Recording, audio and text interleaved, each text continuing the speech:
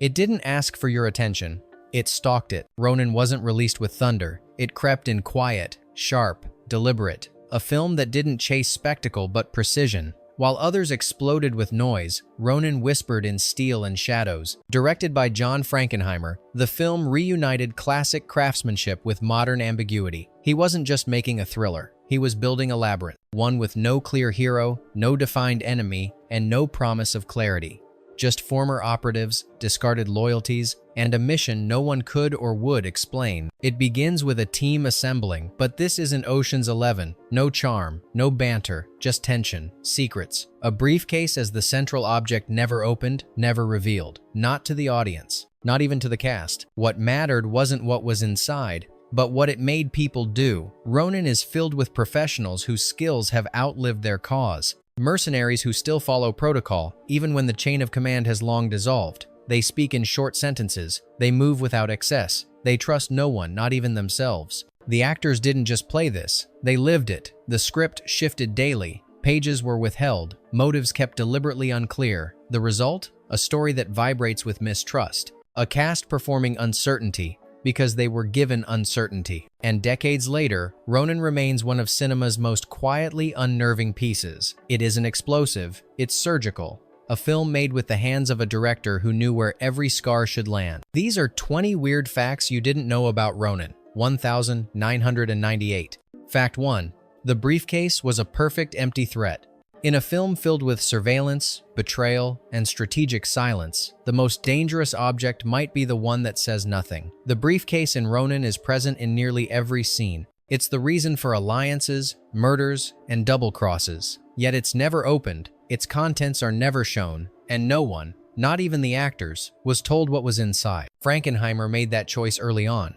The briefcase was a device, yes, but it was also a test. What would people do when chasing something they didn't understand? Speculation has swirled for years. Fans imagine nuclear materials, political leverage, mafia, gold. But those were projections. The point wasn't what the case held. The point was that it held their focus, their fear, their purpose. De Niro reportedly liked not knowing. "You act differently," he said, "when you don't believe your character really knows what they're after." And that sense of uncertainty bleeds into the entire film. The irony is sharp. These operatives, trained, methodical, lethal, go to war over something they can't identify. The case isn't a revelation, it's a mirror. It reflects the hollow center of their post-mission lie. And maybe that's the harshest truth in Ronin. The chase is more important than the reason. Fact 2. De Niro trained like it was real because it had to be. Robert De Niro's performance in Ronin isn't flashy, it's restrained, tactical, precise. And that's because he didn't just act like a former CIA operative, he trained like one. Before filming began, De Niro immersed himself in the world of real intelligence operatives. He worked with former military personnel to master firearm safety, room-clearing techniques, and posture under pressure. Nothing about his performance was theatrical. Every movement was calculated. One moment in particular defined his mindset. A stunt coordinator asked him to fire around a corner without looking. De Niro declined. "That's not how it's done," he said. "You reposition or you don't shoot." That realism forced a rewrite of the scene. Even in the driving sequences, De Niro rejected the idea of reacting to green screen projections. "If the car's not moving," he told Frankenheimer, "neither am I." His discipline became a standard on set.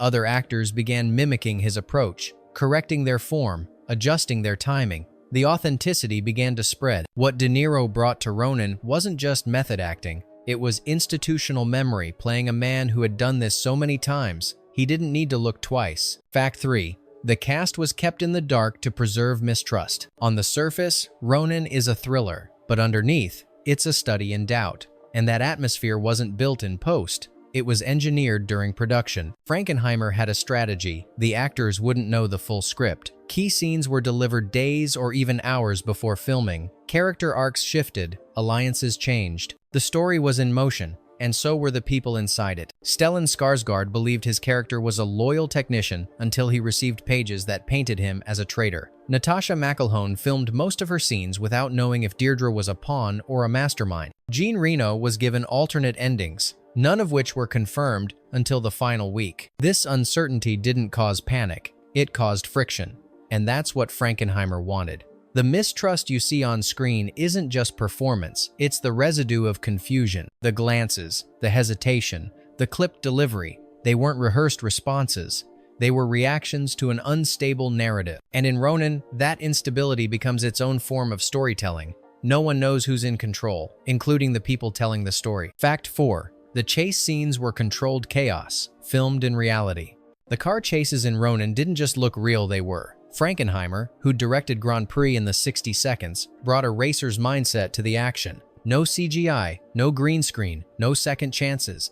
The film employed more than 300 stunt drivers, many of them seasoned rally professionals. The streets of Paris and Nice weren't entirely closed off. Portions remained open, meaning real civilian cars occasionally bled into the frame, and that only heightened the danger. Frankenheimer demanded that speed be authentic. The cars hit real acceleration, skids weren't faked, and when cars weaved through traffic or clipped barriers, it wasn't a special effect, it was physics. One of the film's most disorienting tricks was hiding the real driver. Some vehicles were modified so that a trained stunt driver could steer from a hidden position while the actor sat visible in the front seat, hands on a prop wheel. Every frame of those sequences carried weight. You feel the velocity, you hear the steel strain, and unlike modern chases, there's no digital cleanup. If something nearly went wrong, they kept rolling. That's what made it tense. In Ronin, the road is as dangerous as any bullet, because the stakes aren't designed, they're built into the pavement. Fact 5. David Mamet ghost-wrote the film, then vanished. You won't find his name in the credits, but Pulitzer Prize-winning playwright David Mamet shaped much of Ronin's voice. Brought in after the original draft by J.D. Zeik, Mamet restructured scenes, rewrote dialogue, and rewired character motivations. But when the Writers Guild ruled he would share credit rather than receive sole authorship, Mamet chose to disappear, listing himself under the pseudonym Richard Weiss. Frankenheimer later admitted that the film's intelligence, silence, and ambiguity came directly from Mamet's revisions. He cut exposition. He rearranged loyalties. He gave characters space to lie with a look instead of a monologue. What resulted was a screenplay that felt like an overheard conversation, always withholding, always teasing. The twist? Mamet never discussed his involvement publicly. No interviews, no commentary, just a name that didn't exist, attached to a film that wouldn't be the same without him. A writer who understood that sometimes the most powerful influence is the one that fades before the credits roll. Fact 6. The word Ronin is never spoken but shapes everything. No one in the film ever says the word Ronin. There's no moment of revelation, no scene where a character explains the title, and yet it informs every frame. In Japanese history, a Ronin was a samurai without a master, stripped of duty, left to wander. Frankenheimer borrowed that concept, then buried it. He didn't want to explain it. He wanted the viewer to feel it. Every character in the film fits the mold. They have the skills of soldiers, the instincts of survivors, but no loyalty, no nation, no real mission. They work for hire. They move like ghosts. Even their interactions reflect this. Short exchanges, formality without trust, action without conviction. These aren't heroes. They're professionals who've lost their cause. The brilliance lies in the omission. By never defining the word, the film forces the viewer to notice the behavior, the drifting, the code of conduct no longer tethered to purpose. And that makes Ronin not just a title but a diagnosis. Fact 7. Jean Reno built distance with deliberate silence. Jean Reno didn't immerse himself in camaraderie during filming. In fact, he did the opposite. Though fluent in English, Reno chose to speak almost exclusively in French off-camera, even when working alongside his co-star. It wasn't about difficulty, it was by design. His character, Vincent, was meant to be reserved, measured, disconnected from the others, despite being essential. Reno maintained that emotional buffer by limiting real-world connection, and the result is a performance that feels deeply internal, but never cold. The distance became texture. Vincent isn't alienated, he's simply apart. He observes more than he reveals. His loyalty is quiet. His motives are left unspoken. Reno also made physical choices that mirrored this restraint. Minimal gestures, sparse eye contact, no wasted movements. Every moment on screen feels like someone who knows too much to talk and too loyal to leave. By resisting the urge to bond off-screen, Reno deepened the character's isolation. And in a film about men trained to be solitary, that silence wasn't absence, it was presence.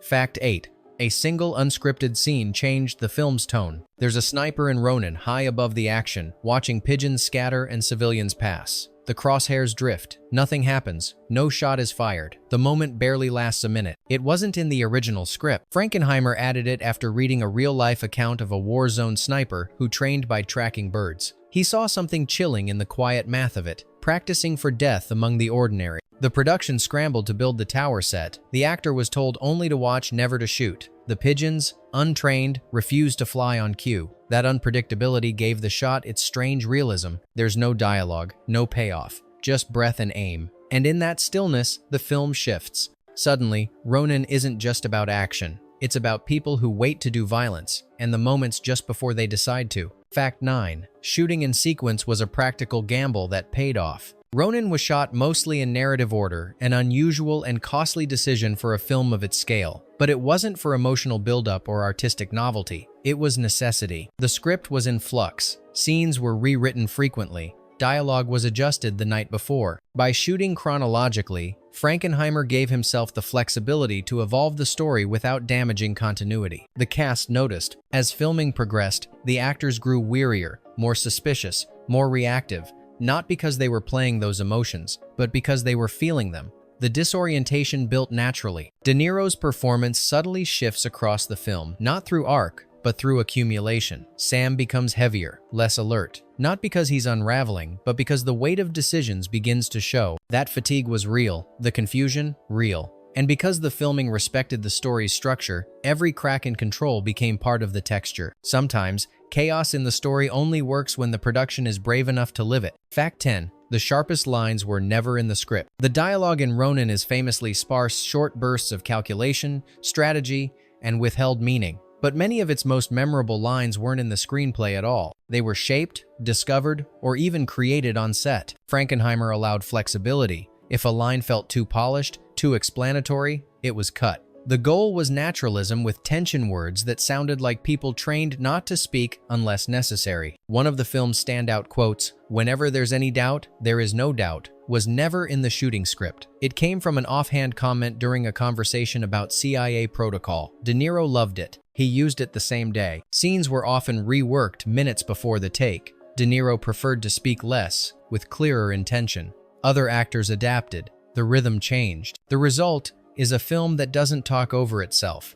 Its power lives in what's not said, and the words that made it in, most of them had to fight for their place. In Ronin, language becomes a weapon too, but only when used with precision. Fact 11. McElhone was given conflicting truths by design. Natasha McElhone's character, Deirdre, walks a delicate line, sometimes the handler, sometimes the pawn. The performance feels calculated but uncertain. That ambiguity wasn't a creative interpretation. It was a direct result of Frankenheimer's direction. Throughout the shoot, McElhone was given limited context. Some days, she was told her character was a true believer. Other times, she was instructed to play things, like someone lying to themselves. Key parts of her backstory were withheld entirely. That lack of clarity bled into the performance. Her stillness, her glances, her silences. She wasn't concealing answers, she didn't have them. McElhone later said she wasn't sure where Deirdre's loyalties lay until her final scenes were filmed, and even then, she wasn't convinced. But that instability became the point. In a story about operatives trained to obscure everything, her confusion wasn't a flaw, it was authenticity. Fact 12. The background extras were watching for real. Most background extras are told to stay quiet, stay still, and stay out of focus. Not in Ronin. Frankenheimer filled key crowd scenes with former military and intelligence personnel men trained to observe, not act. They weren't told what the main characters were doing. They were told to do what they always did: watch, assess, report silently. These individuals didn't just blend in, they added layers. Their posture was different, their eyes moved differently. They reacted to tension before it erupted. In one scene, an ex-operative corrected an actor's grip on a weapon not because he was hired as a consultant, but because he couldn't not notice. Most viewers never realize they're there, but the effect is felt. The world of Ronin feels lived in, not staged. That unease, the sense that everyone's being watched, even in silence, wasn't manufactured. It was already in the room. Fact 13. A scene on ice that wasn't in the plan. The shootout at the ice rink feels surreal, gunfire echoing over skates, panic unfolding under fluorescent lights. But that moment, stark and unnerving, was never in the original script. Originally, the scene was supposed to take place in an alley, standard cover, predictable tension. Frankenheimer rejected it. He wanted something more disruptive, something that would jar the viewer. He proposed a new location, a children's ice rink, open, vulnerable, loud in a way silence couldn't compete with. It was a production challenge. Cold fogged the lenses, reflections threw off camera setups, child extras weren't fully briefed on what to expect. When the blanks fired, some children flinched for real. One slipped. Jean Reno broke character to help him, then fell back into the scene seamlessly. That take made it in. There's no slow motion, no glorified violence, just sudden rupture. A space meant for childhood joy transformed momentarily into a war zone. It's not just contrast, it's a reminder. In Ronin, safety is never a guarantee, and even the innocent aren't beyond collateral. Fact 14. Sean Bean was cut down to make a point. Spence enters Ronin loud, confident, eager to show off. He leaves quietly exposed and dismissed. That arc wasn't accidental, it was rewritten to be a warning. Originally, Bean's character had more screen time, a redemption thread, maybe even a comeback, but Frankenheimer cut it. He didn't want another subplot, he wanted a message. The moment when De Niro's Sam corners Spence on his ignorance wasn't fully scripted. De Niro, drawing on his tactical training, improvised much of it. Bean wasn't told how intense the confrontation would be. What came out wasn't just acting, it was shock. Spence's removal isn't tragic, it's clinical. No second chances, no arc, just failure met with silence. It told the audience and the characters everything they needed to know about the world they were in. Bluffing costs more than bullets. Fact 15. Surveillance was the lens, not just the theme. There's a cafe scene in Ronin that feels different, detached, voyeuristic, hushed. That's because it wasn't shot like a traditional dialogue scene. It was filmed like surveillance. Cameras were placed far away across the street, in parked cars, behind windows. The actors weren't blocked in tight. They were allowed to move naturally, speak softly, break rhythm. Audio was captured with directional mics. The ambient street noise wasn't dampened. In some takes, it overwhelmed the lines. Frankenheimer kept it anyway. The idea was simple. Let the viewer feel like they're eavesdropping, not watching. That small shift changes everything. You're not inside the scene. You're outside, peering in. Uninvited. It's a perfect visual echo of the film's worldview. Nothing is private, and everything is being recorded by someone else. Fact 16. The driver in disguise wasn't who you thought. The high-speed reverse chase in Ronin remains one of the most technically intense car sequences in cinema. De Niro is seen gripping the wheel, backing through crowded streets with impossible precision. But he wasn't actually driving, and the driver wasn't even male. The stunt was performed by a female rally champion, anonymous by contract, who wore a wig and sat low in the modified vehicle. The interior was retrofitted with hidden steering controls. From the camera's perspective, it looked like De Niro was doing everything. She completed the entire segment in one take. The sequence required her to drive in reverse at nearly 70 miles per hour through Paris backstreets. The margin for error was inches. Civilian vehicles were present on the periphery. Extras were real pedestrians. She was never credited. Not in promotional materials, not in interviews. The scene, as always, belonged to the actor on screen. But every turn, every swerve, every inch of survival in that moment came from someone whose name no one remembers and whose precision outpaced the story. Fact 17. A collapse that might have been strategic. Near the end of Ronin's production, when deadlines were tight and budget pressure high, Frankenheimer collapsed on set. The crew paused. Medical staff were called. Rumors spread. He returned 2 days later, calm and in control. Some say it was stress-induced. Others believe it was a strategic move, a pressure valve to stall the studio's demands. Frankenheimer knew tension, and he knew timing. Halting production forced the financiers to back off, if only temporarily. Whatever the motive, the effect was real. Scenes that were slated for cuts stayed in. Location changes were reversed. The film remained intact. In the world of Ronin, manipulation isn't just part of the plot, it's how things get done. And sometimes, the most brilliant negotiation is done horizontally with everyone watching, unsure if it's real. Fact 18. The ending isn't a resolution.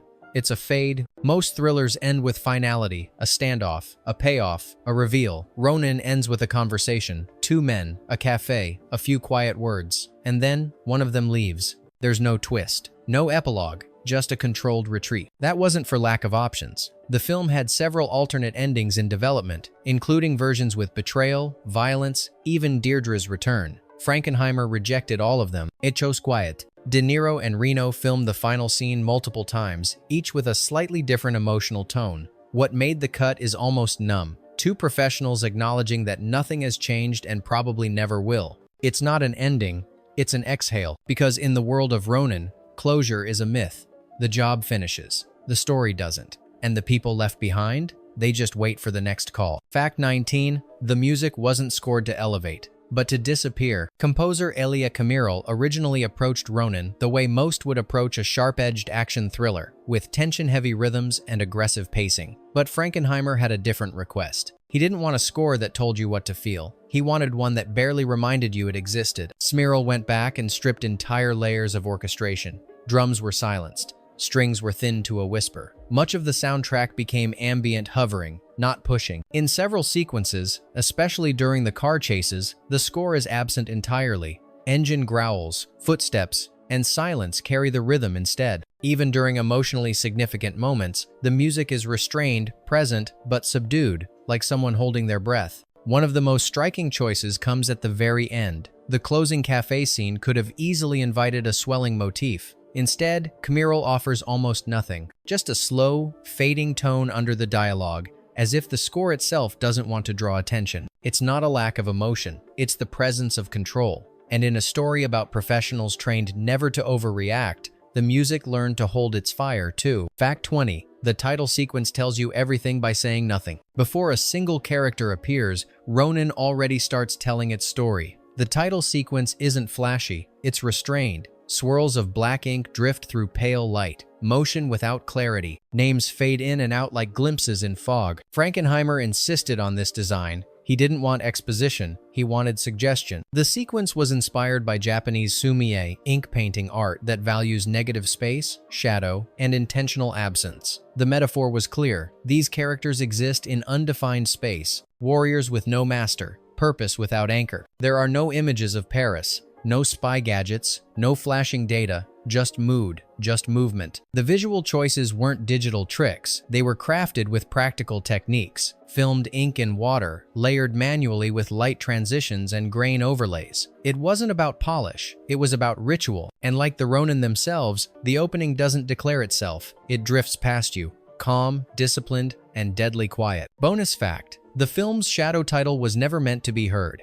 Internally, Ronin wasn't always called Ronin. Among the crew, on call sheets, and during production meetings, the film often went by a quieter name, Phantom Dogs. At first, it sounded like a working title, something random to keep press and public at bay, but as the shoot progressed, the name took on a life of its own. It wasn't just a code name, it was a diagnosis. Frankenheimer reportedly coined the phrase early in development, calling the film a story about trained predators without a master, still deadly, but drifting. The cast picked it up, crew members used it offhand. Some wardrobe tags even carried the label, never officially, always underneath. No one said the name aloud in the film, no character referenced it, but it bled into everything. You can feel it in how the characters move, how they wait, how they operate with precision, but without direction. A phantom dog doesn't bark. It hunts, silently, because it doesn't know what else to do. In Ronin, that's all they are. De Niro, Reno, Skarsgård rode McElhone, no loyalties, no ending, just instinct, and the cold gravity of unfinished routine. The name never made the final credits, but it stayed in the margins. And sometimes, the film we think we're watching is just the surface, while the real one slips by in the dark, wearing someone else's name. Do you believe the briefcase was ever meant to matter? Was Ronin about professionals on a mission or ghosts retracing habits long after meaning was gone? Tell us which fact shifted your view of the film, and what detail you think still hasn't been uncovered. And if there's another film hiding something just beneath the silence, point us toward it.